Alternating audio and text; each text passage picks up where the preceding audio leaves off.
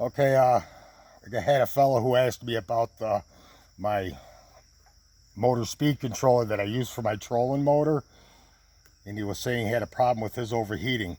This is the one I have. This is the particular one that I have, the one that I use. This is the one that I like. It's got the little percentage digital meter here, and it's 100 amp max power and 60 amp continuous current. I bought this one because I run this 50 amp Minn Kota over here, and so this is the one that I purchased, and I have real good luck with this.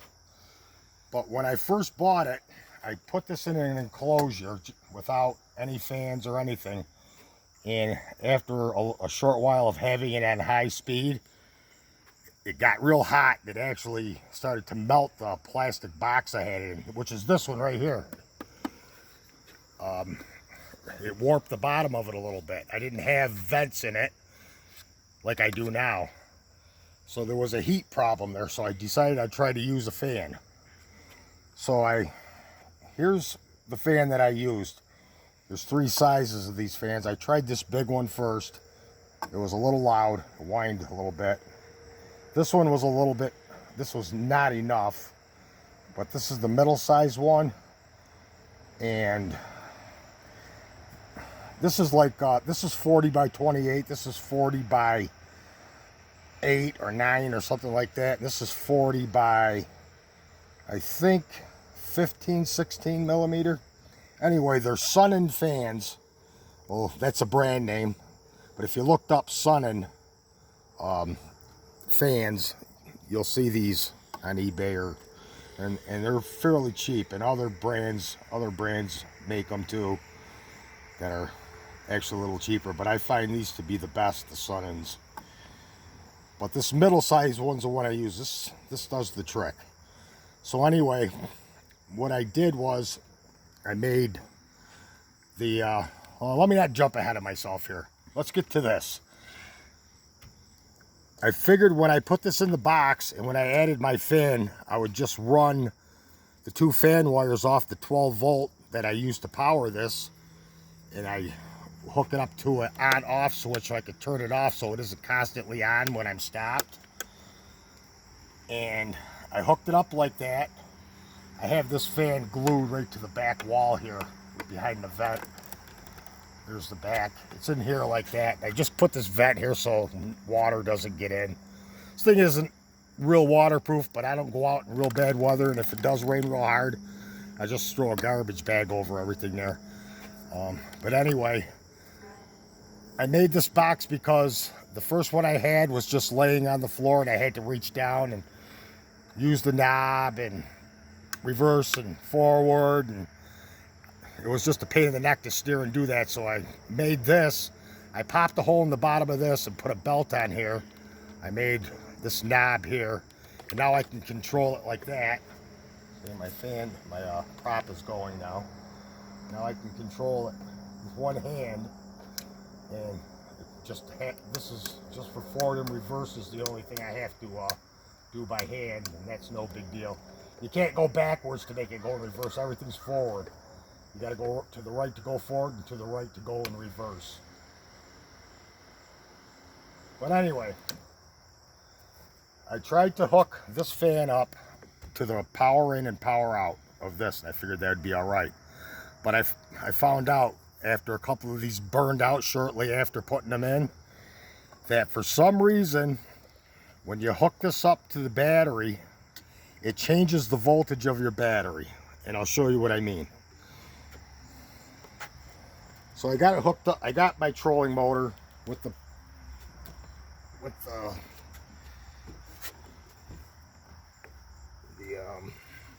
I'm getting tongue-tied here, with the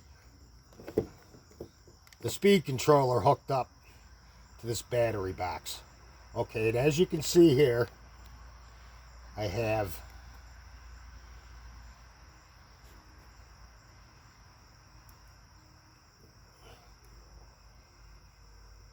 12.6 volts, 13 volts.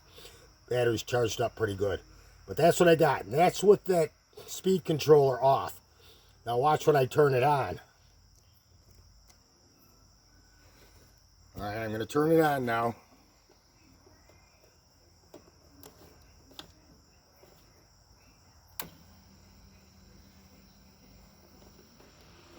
Now watch.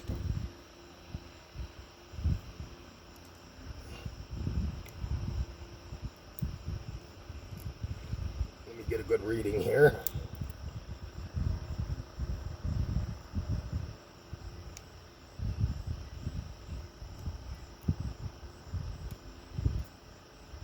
See, it's all over the place. 11.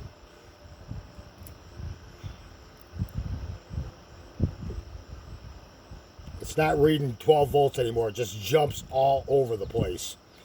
18 volts, 18.6. It just acts real weird for some reason. It works fine on the trolling motor. And the output meter works fine. It shows, 0 to 100%.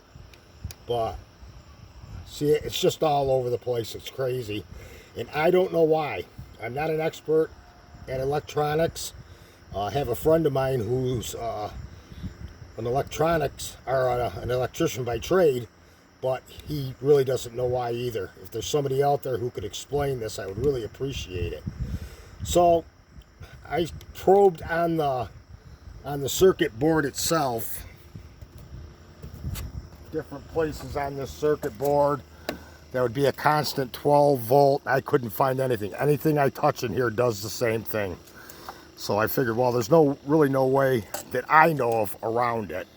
So I ran the fan off its own 12 volt source. Here's the wire that goes to it. And I got it on this aviation connector, because I also have a remote steering that I put on here that I also run off its own 12 volt source. And I got a plug on that. I just stick it in here, and that runs the fan itself. So the fan is on its own 12 volt circuit. Here's the other funny thing. Down here, if I check the voltage, like I say, coming from there, from these two, it's erratic. But if I plug into the cigarette lighter part of it,